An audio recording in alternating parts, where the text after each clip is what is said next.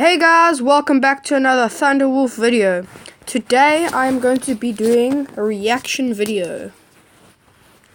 Sorry, wrong thing. I was going to my channel right there. Okay, we're going to be doing top 10.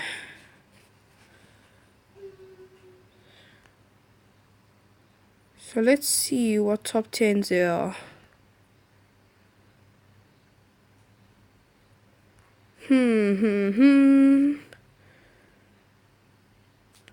Should we do top 10 shocking facts about 9/11?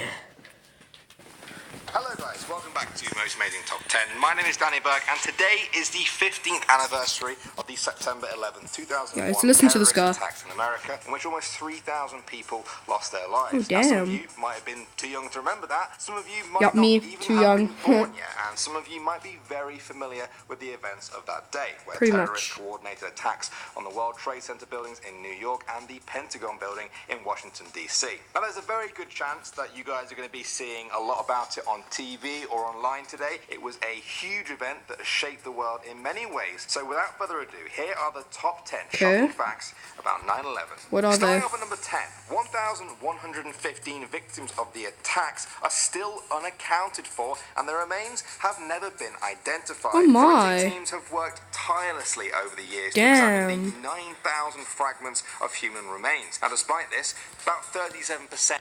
Wait, does that mean they died? Or they've just run away and like they've forgotten something? I'm pretty sure they died and got burnt, so they couldn't even find them.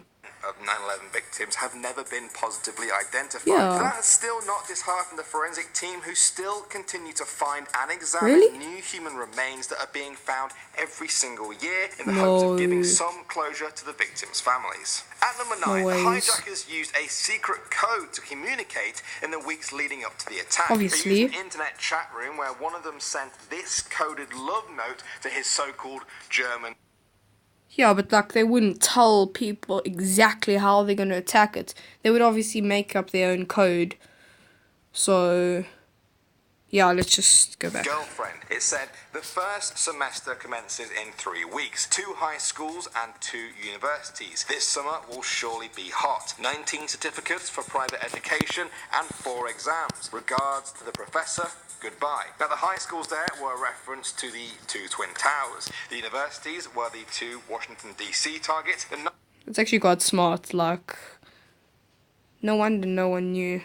19 certificates meant the 19 hijackers, and the 4 exams were the number of planes they used. Moving on to number 8, there were Damn. 4 planes that were hijacked that day. Now, 2 of them hit the Twin Towers, 1 of them hit the Pentagon, but the 4th crashed in Pennsylvania. Now, it's thought that its target was going to be the White House or the Capitol building, but it was brought down when the passengers on board, who had already heard through phone calls about the New York attacks, decided to fight back. The terrorists then deliberately crashed a plane into a Pennsylvanian field rather than give control to them. Next up at number 7, by the time...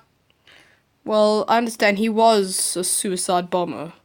So either way he would have died. Or maybe survived if he was very lucky.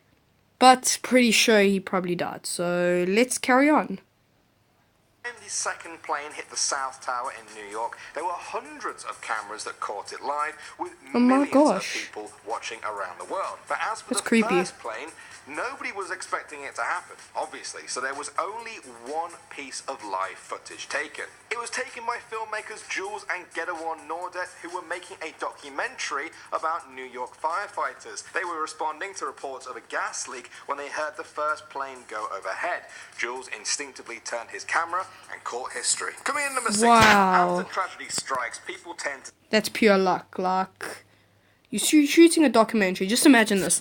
Like you get like invited. You're shooting a documentary, and just a plane just flies over your head, and you turn your camera. You're watching the plane, and crashes into one of the towers. Turn to something for comfort, and some statistics reflect what people in New York seem to choose. In the week after 9/11, Manhattan saw a 25% increase in alcohol consumption on the year before, and also a 10% rise in tobacco consumption, and local churches and... Guys, in the comments, please tell me what that's got to do with 9/11. Please. Just like put that in the comments. Thank you. Synagogues saw a 20% increase in attendance. Moving on to number 5, the effects of 9/11 continue to affect people's health and even kill to this day. An estimated 410,000 people were exposed to a toxic cloud of asbestos on that day. In 2015, there were over 70,000 people enrolled in a 9/11 health program, with 21,000 being conditions caused by inhaling that toxic air. Now, it's thought that all the cases of lung cancer that have started happening won't even peak until 2041, a full 40 years after the event. Next up at number 4, wow, the 40 years. rescue team used sniffer dogs to try and find people trapped in the rubble. Well, that's probably obvious because most cases they use sniffer dogs to find people, so pretty much, yeah. Of the towers when they collapsed, but after all the searching, just 18 people were rescued alive. In fact, the dogs found so few living people that they began to get upset and stressed because they thought they were failing at their job. So to counter this, from time to time, the handlers would actually get people to hide in the rubble so the dogs would find them and their spirits would be kept up in the search for real survivors. Moving on to number 3, it took 100... That's actually quite cool. So, wow. That's cool. Like, train your dogs and then they get happy and then they want to find people.